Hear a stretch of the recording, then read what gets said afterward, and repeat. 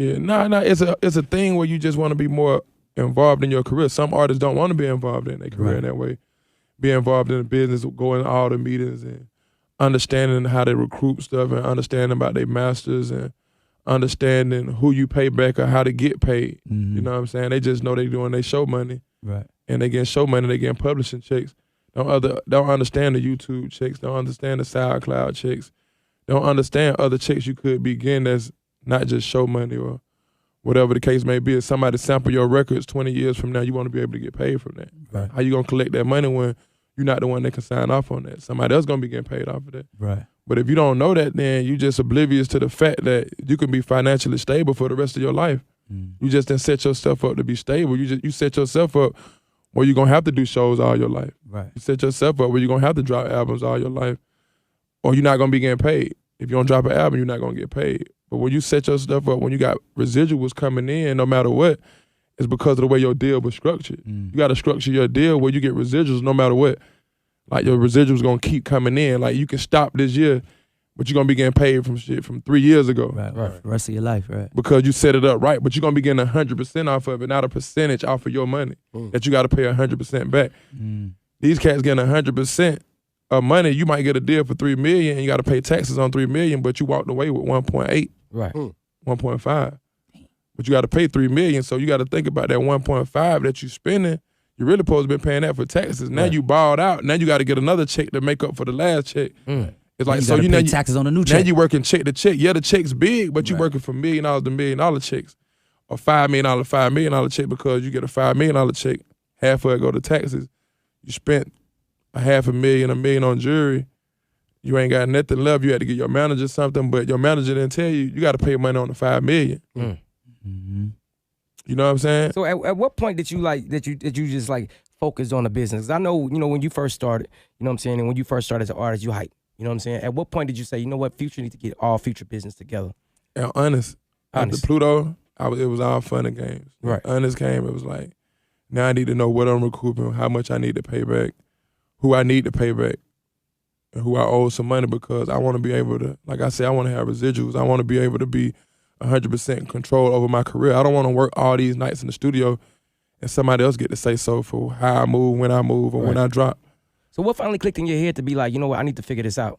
Did somebody talk to you? Because I know for a fact a lot of record labels will not give you that game. Will not. Nobody gonna give you that game. That's why I want to give my artists. That's what I'm gonna give my artists that no other label can give you. No one around giving them that game, because how they gonna make money? Right.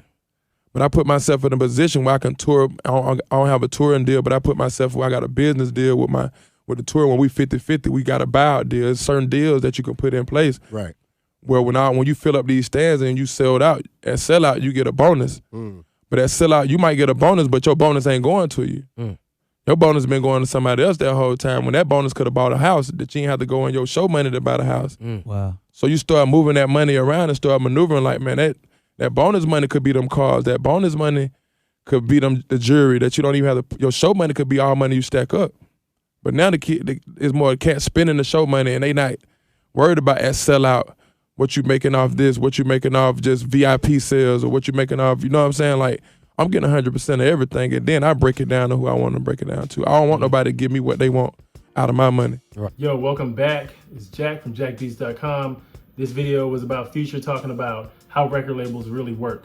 And I hope y'all was paying attention, but just in case, I'm gonna try to break it down a little bit more and give you some real world examples of what he's talking about.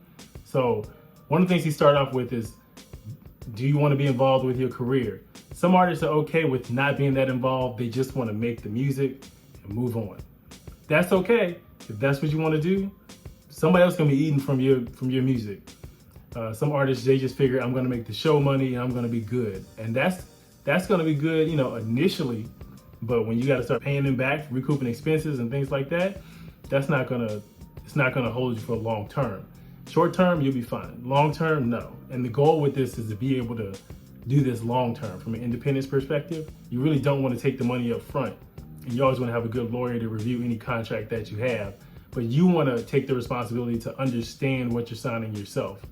So back to where artists don't want to be involved with the other parts of the business with their career. They have somebody else handle it. That's all good, but you got to understand what they're talking about. So everything from publishing to sync licenses, you want to make that revenue long term. You don't want to sign that away because that's your long term money. When everything stops and you're not making music no more, you want to still be getting checks off of that. A lot of artists sign that away and don't get any checks later. And then they're just confused and so they're mad, somebody screwed them over.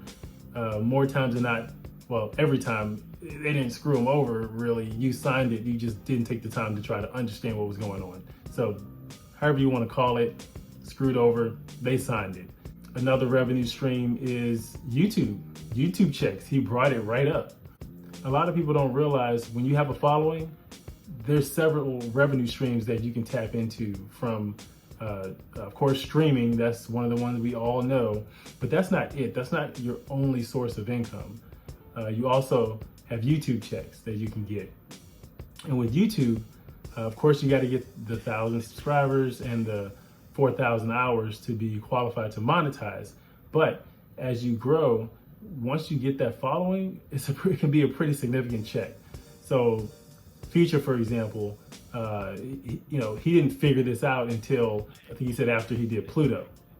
Specifically when he did the song Honest, that's when he got his shit together and started moving accordingly so that he was getting the revenue he deserves from his music.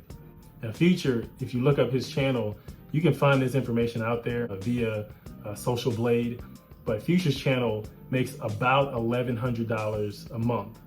Not a whole lot, but that's another source of income. So depending on how you look at it as an independent artist, that's pretty significant. As a person who owns all his stuff and he makes other revenue, that's a significant chunk of revenue. So that's what, 13,000 a year?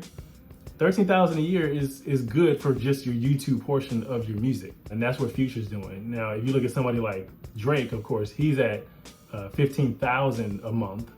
I don't know if he owns all of his, but 15,000 a month is great for if that's the check you're getting every month. And that comes to what?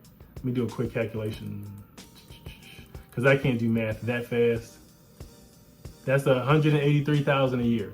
$183,000 a year is what Drake's channel makes. But somebody who does own all this stuff is Russ. Now, we all know Russ, he's been doing this for years, releasing songs left and right.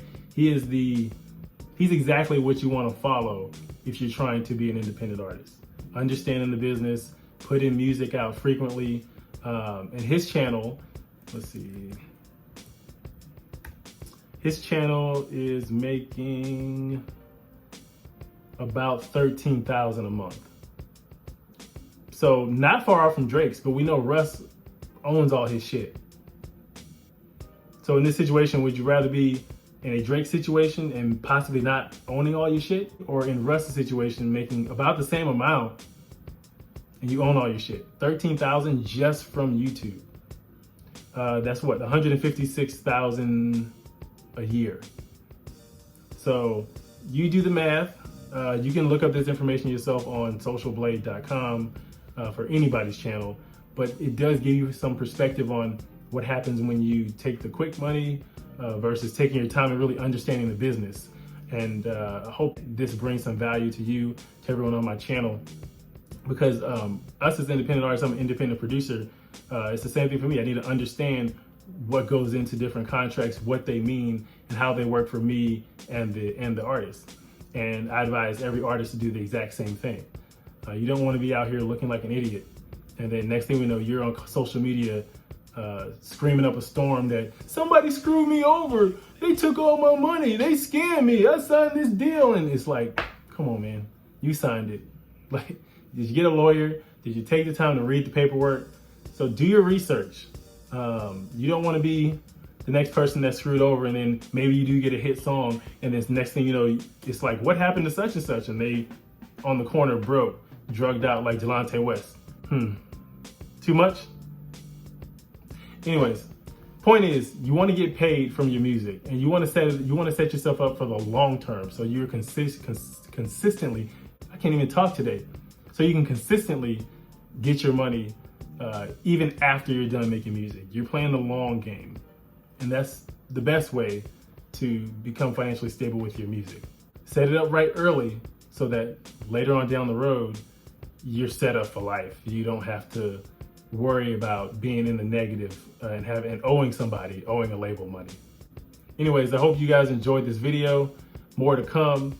I hope this was some advice you guys resonated with. I have some more videos on the way. Of course, I'm always dropping beats. And yeah, I'll see y'all next time. So make sure you subscribe, hit that notification bell, and peace.